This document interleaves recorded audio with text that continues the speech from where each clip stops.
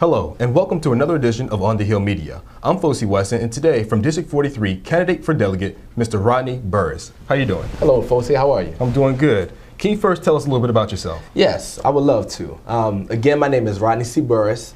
I live here in Baltimore, Maryland, and I'm representing the 43rd District. The 43rd District is everything that runs between York Road, Harford Road, the city-county line, and North Avenue. And we are trying to make changes here in the city as it relates to our school system and some of the more local issues involving alcohol laws and things of that nature. Also, Fosi, just a little bit more about myself. My wife and I both graduated from Johns Hopkins University. We met there. We were college sweethearts.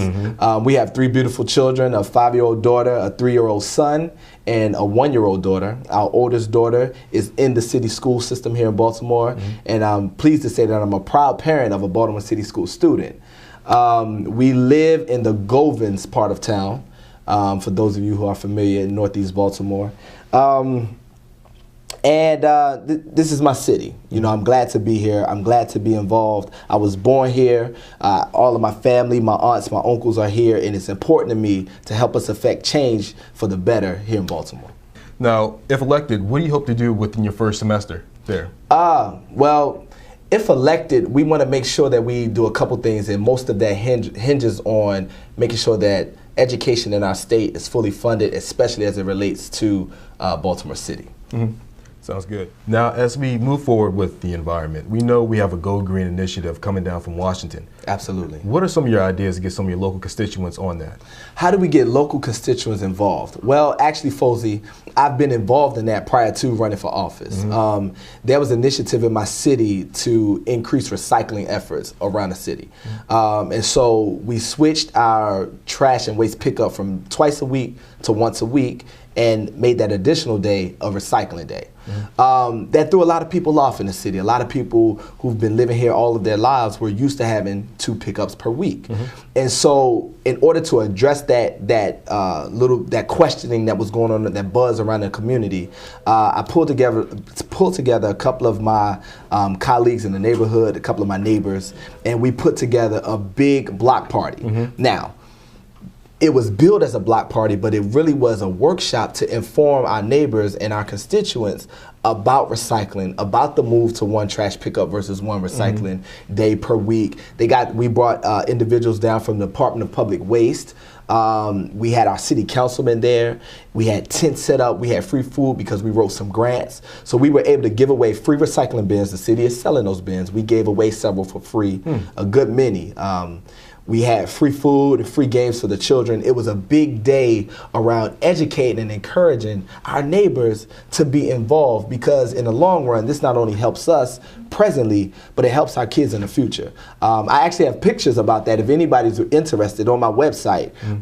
We wore yellow shirts and we just had a big day with it. My website, I can give it out now or we can give it out at any other point, but I can give it out now? Go ahead. Absolutely. Well, the website is electrodneyburris.com, and I have a little slideshow there, and you can see pictures from that event. So we have been involved, and I think the way to do it is that we don't make it burdensome on our neighbors and on our family and friends, but we kind of encourage and show how we can make this better for all of us. And that's the approach that we took last time.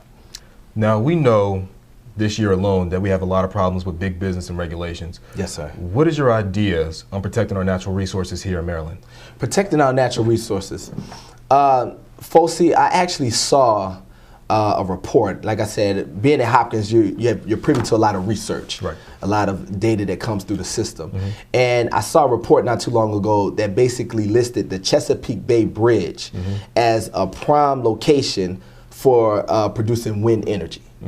And so I read into it, this was some years ago, but as a state delegate, I would love to revisit that issue, revisit that opportunity, and see, could we in fact either from on the bridge itself putting wind turbines, or underneath in the current having hydro turbines to help us produce natural energy from the currents that already blow through there, either the wind currents or the water current.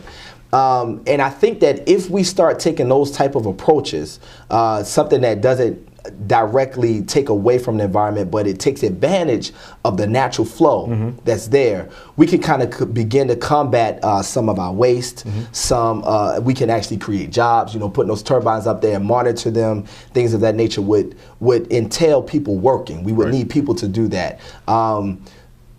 Having that approach, revisioning how we look at energy, how we look at business and the environment will help us move along those lines. And so one of the things I want to do as delegate is take a look at that report that I saw a few years back, pull that back up and then sit down with some of my colleagues and my research team. I've been blessed to have some people that work with me to see if we can really practically implement this on a state level here in our city. In the next legislation year here in Maryland, we know that the state delegation has to make $1 billion in budget cuts. What is your ideas on making this successful? That's a good question, Fosi. The truth of the matter is our city, our state, our nation is in a recession. We're in a period of economic downturn. And that's the reality that we're living in. Families all over, my own family included, we're all tightening our belts. We're all kind of getting under this burden and seeing how can we make more happen with less resources. That's just the state of where we are. And so with that being said, certain cuts are going to come down the pike. With that being a given, there's certain things in our own households that we hold as standards. There's certain things that we feel are essential to our livelihoods. And one of the things that I feel on a state level that's essential to our future and us progressing and moving forward is education. We got to make sure that we fund education and other essential services. Now, as far as breaking down the particulars of how can we successfully cut back $1 billion out of a statewide budget, that's going to take some research. That's going to take having the due diligence of sitting down with people that understand economics, that understand budgetary processes, and other people that are just vested in the value. A lot of times where we allocate money reflects where our values are. And so when you have people that share your values and you have people that understand the budgetary process, then we can take an in-depth look at what our situation is and make those cuts. Specifically from my position as a delegate, I think our campaign speaks to that. We have done, Mr. Weston, phenomenally well as a campaign using a fraction of the cost that a lot of the experts say it takes in order to run a campaign on this level. And that's because we've buckled down. In the beginning, when we first started this about 1.5 years, almost 2 years ago, we sat down, we looked at what we had, we looked at what we were trying to accomplish, and we realized our goal wasn't to raise so much money. Our goal wasn't to define our success by having a huge bank account. But our goal was to make sure that we were connecting and building relationships. And if that was the end goal, what was the most effective way to make those relationships? And that's having in-person conversations like what we're having now. That's actually going out and being a part of the people and showing that we are in this together.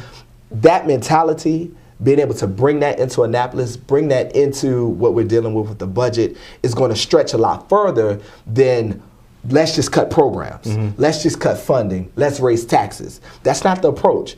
It's happened in the past and it's gotten us to where we are now. So we need to relook at how we're doing that. And our campaign shows that. So I would love, as your delegate, to bring that to the table and continue the work that we're doing through the campaign for our families here in the city and in the state. Another thing that, if I may, that I would like to bring up, Fosi, is finding innovative ways to bring in resources, bring in revenue.